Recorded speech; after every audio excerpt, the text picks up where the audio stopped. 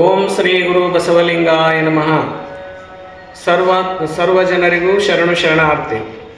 ಇವತ್ತು ನಾನು ನಮ್ಮ ಇಳಕಲ್ ನಗರಸಭೆ ವ್ಯಾಪ್ತಿಯಲ್ಲಿ ಬರ್ತಕ್ಕಂಥ ಎಲ್ಲ ಸದ್ಭಕ್ತರಿಗೂ ಒಂದು ವಿನಂತಿ ಮಾಡಿಕೊಳ್ಳೋದೇನೆಂದರೆ 2027ನೇ ಇಸವಿಯ ರಾಷ್ಟ್ರೀಯ ಜನಗಣತಿ ಪ್ರಾರಂಭವಾಗುತ್ತದೆ. ಅದು ದಿನಾಂಕ ಅಂದರೆ ಇದೇ ತಿಂಗಳ ಏಪ್ರಿಲ್ 15ನೇ ತಾರೀಕಿನಿಂದ ಹಿಡ್ಕೊಂಡು ಏಪ್ರಿಲ್ 16ನೇ ತಾರೀಕಿನ ಹಿಡ್ಕೊಂಡು ಮೇ 15ನೇ ತಾರೀಕಿನವರೆಗೂ ರಾಷ್ಟ್ರೀಯ ಜನಗಣತಿ ಪ್ರಾರಂಭ ಆಗ್ತತಿ. ಆ ವೇಳೆಯಲ್ಲಿ ಶಿಕ್ಷಕರು ನಿಮ್ಮ ಮನೆಗೆ ಬರ್ತಾರೆ.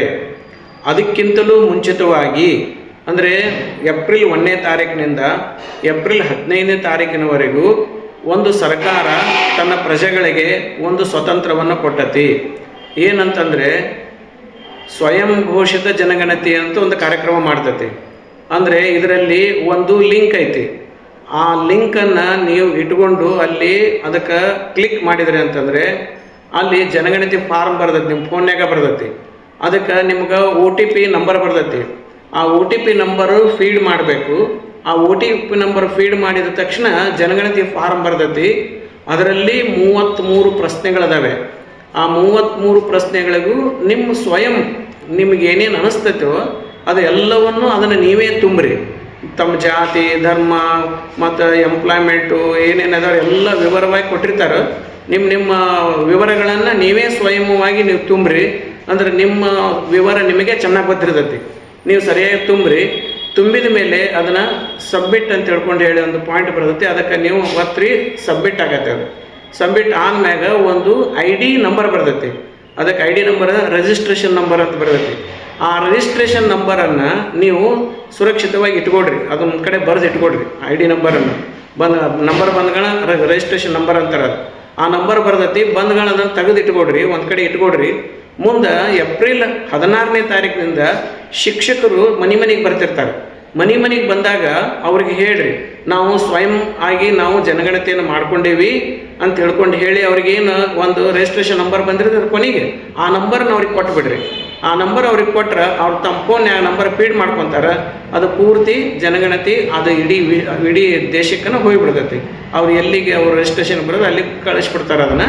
ಅದಕ್ಕೆ ಈ ರೀತಿ ಮಾಡ್ಕೊಳ್ಳೋದ್ರಿಂದ ಏನಾಗತ್ತೆ ಅಂದರೆ ನಾವು ಇದು ರಾಷ್ಟ್ರದ ಒಂದು ಗೌಪ್ಯತೆಗಾಗಿ, ಅಂದರೆ ನೀವೇನು ತುಂಬ್ತೀರೋ ನೀವೇನು ತುಂಬ್ತೀರೋ ಅದೇ ಇಂಪಾರ್ಟೆಂಟ್. ಅವರು ಬಂದು ಕೇಳೋದು ಇಂಪಾರ್ಟೆಂಟ್ ಅಲ್ಲ, ನಾವು ಸ್ವತಃ ತುಂಬೋದು ಅದು ಭಾಳ ಮುಖ್ಯ ಇರ್ತೈತಿ.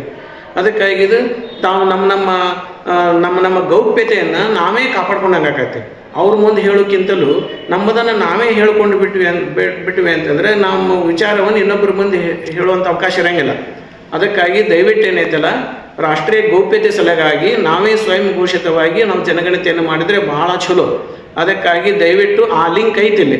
ಆ ಲಿಂಕನ್ನು ನಿಮಗೆ ನಾನು ಹೇಳ್ತೀನಿ. ಏನಂತಂದ್ರೆ HTTP ಇನ್ನೊಂದ್ಸಲ ನೋಡ್ರಿ.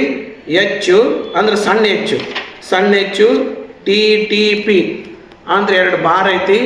ಮುಂದೆ SE ಮತ್ತು ಫುಲ್ ಪಾಯಿಂಟ್ ಐತಿ.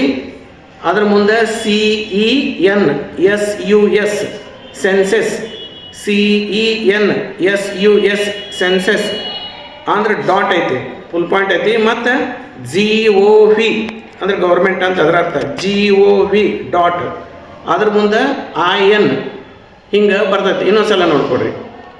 H ಅಂದ್ರೆ ಸಣ್ಣ HTTP ಮುಂದೆ 2 ಚಿಕ್ಕ ಮುಂದೆ ಅದ್ರ ಮುಂದೆ.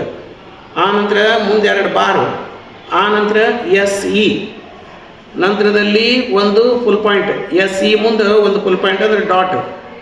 ಆ ಡಾಟ್ ಮುಂದೆ CENSUS ಸೆನ್ಸಿಸ್ CENSUS ಸೆನ್ಸಿಸ್ ಅದ್ರ ಮುಂದೆ ಒಂದು ಡಾಟ್ ಅಂದ್ರೆ ಫುಲ್ ಪಾಯಿಂಟ್. ಆನಂತರ GOV ಗೌರ್ಮೆಂಟ್. ಅದಕ್ಕೆ GOV ಆದಮೇಲೆ ಡಾಟ್. ಆಮೇಲೆ IN ಇಷ್ಟು ನಾವು ಕ್ಲಿಕ್ ಮಾಡಿದ್ವಿ ಅಂತಂದ್ರೆ ಖಂಡಿತವಾಗಿ ಅದು ನಮಗೆ OTP ಬರ್ತೈತಿ. OTP ನಂಬರ್ ಫೀಡ್ ಮಾಡಿರಿ, ಸಂಪೂರ್ಣವಾಗಿ ಅದರ ಮಾಹಿತಿ ಬರ್ತೈತಿ. ಅದಕ್ಕೆ ನೀವೇ ಅದನ್ನು ತುಂಬಿದರೆ ನಮ್ಮ ಗೌಪ್ಯತೆಯನ್ನು ನಾವೇ ಕಾಪಾಡ್ಕೊಂಡಂಗೆ ಆಗತ್ತೆ. ಅವರು ಮುಂದೆ 16ನೇ ತಾರೀಕಿನಿಂದ ಅವ್ರು ಬಂದಾಗ ನಮ್ಮ ಗಣತಿಯನ್ನು ನಾವೇ ಮಾಡ್ಕೊಂಡಿವಿ ಅಂತ ಹೇಳ್ಕೊಂಡು ಹೇಳಿ ಈ ರಿಜಿಸ್ಟ್ರೇಷನ್ ನಂಬರ್ ಅವ್ರ ನಂಬರ್ ಕೊಟ್ಬಿಟ್ರೆ ಸಾಕಾಗತ್ತೆ. ಇಷ್ಟು ದಯವಿಟ್ಟು ಹಿಂಗೆ ಮಾಡಬೇಕು ಅಂತ ತಮ್ಮಲ್ಲಿ ವಿನಂತಿಯನ್ನು ಮಾಡ್ಕೊತೀನಿ. ಅದಕ್ಕಾಗಿ ಬನ್ನಿ, ನಮ್ಮ ಜವಾಬ್ದಾರಿಯನ್ನು ನಿಭಾಯಿಸೋಣ. ಮತ್ತು ಜನಗಣತಿಯಲ್ಲಿ ಭಾಗವಹಿಸಿ ಯಶಸ್ವಿಗೊಳಿಸೋಣ. ಶರಣು ಶರಣಾರ್ಥಿ. ಬರೋಬ್ಬರಿ.